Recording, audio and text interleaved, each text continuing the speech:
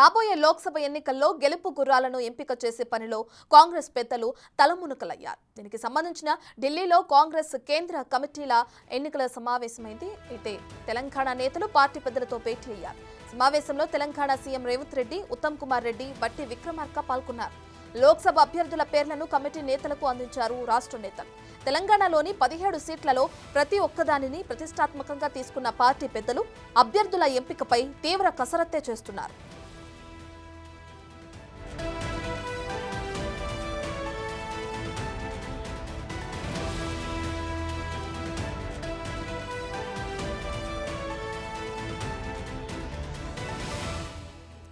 నల్గొండ నుంచి సీనియర్ నేత జానారెడ్డి, మెదక్ నుంచి మైనంపల్లి హనుమంతరావు, జహీరాబాద్ నుంచి సురేష్ షెట్కర్ పేర్లు దాదాపు ఖరారైనట్లు తెలుస్తోంది.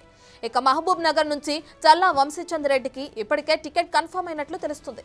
ఇక నాగర్ కర్నూల్ మల్లు రవి, పెద్దపల్లి నుంచి జి వంశీ, కరీంనగర్ నుంచి ప్రవీణ్ రెడ్డి, నిజామాబాద్ నుంచి జీవన్ రెడ్డి, భువనగిరి నుంచి చామల కిరణ్ కుమార్ రెడ్డి, చేవెళ్ల నుంచి పట్నం సునీతకు టికెట్ ఇచ్చే అవకాశం ఉన్నట్లు తెలుస్తోంది.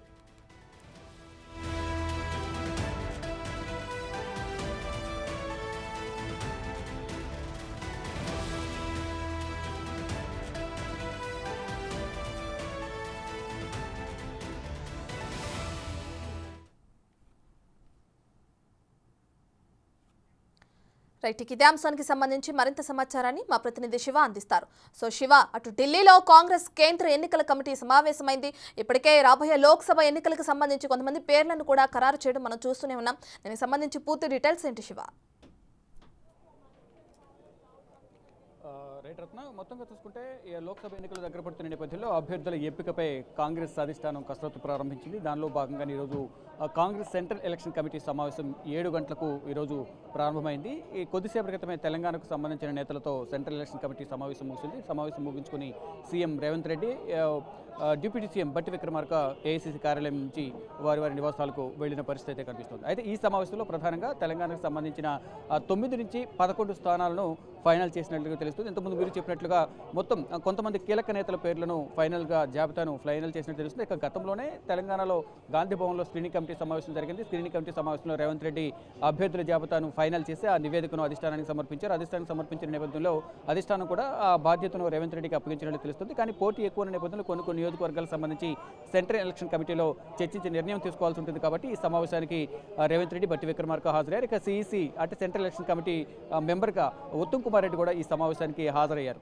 అయితే డిప్యూటీ సీఎం ఇద్దరు కూడా సమావేశం ముగించుకుని వెళ్లారు. తర్వాత ఇప్పుడు ప్రజెంట్ సిఈసి మెంబర్గా ఉన్న ఉత్తమ్ కుమార్ రెడ్డి ఇంకా సమావేశంలో కొనసాగుతున్నారు. అంటే దాదాపు ఈరోజు 10 రాష్ట్రాలకు సంబంధించిన సిఈసి సమావేశం ఉంది. కాబట్టి ఆ సమావేశం ముగిసే వరకు కూడా ఉత్తమ్ కుమార్ రెడ్డి సమావేశంలో ఉండబోతున్నారు. ఇక మొదటి జాబితాలో 60 మంది సభ్యులకు సంబంధించి కసరత్తు చేస్తున్నట్టు తెలిసింది. అంటే మొత్తం 10 రాష్ట్రాలకు సంబంధించి ఈ రోజు, మళ్ళీ రేపు కూడా కసరత్తు వేరే రాష్ట్రాలకు సంబంధించి కూడా ఉండే అవకాశం కనిపిస్తుంది. కానీ ఈ రోజు లేదా రేపు మొదటి జాబితా ఉండే అవకాశం కనిపిస్తుంది. ఇక తెలంగాణకు సంబంధించి 9 నుంచి 11 మంది అభ్యర్థులను ప్రకటించే ఛాన్సెస్ అయితే ఉన్నాయి. ఇప్పటికే కొన్ని నియోజకవర్గాల్లో ప్రధానంగా ఉన్న ఎంపీలను ప్రకటించినట్లు తెలుస్తుంది. ఇంటర్నల్ వరకు కూడా ఇన్ఫర్మేషన్ ఇచ్చినట్లుగా తెలుస్తోంది. ఇటు మహబూబ్ నగర్ నుంచి ఇప్పటికే వంశీచందర్ రెడ్డికి కేటాయించినట్టు పెద్దపల్లి గడ్డం వంశీకి వివేక్ కుమారుడు ఎవరైతే వివేక్ వెంకటస్వామి కుమారుడు గడ్డం వంశీకి ఇచ్చినట్లుగా తెలుస్తోంది. మరోవైపు జానారెడ్డి, నల్గొండ నుంచి జానారెడ్డి బరిలో దించే ఛాన్స్ అయితే ఎక్కువగా ఉన్నాయి.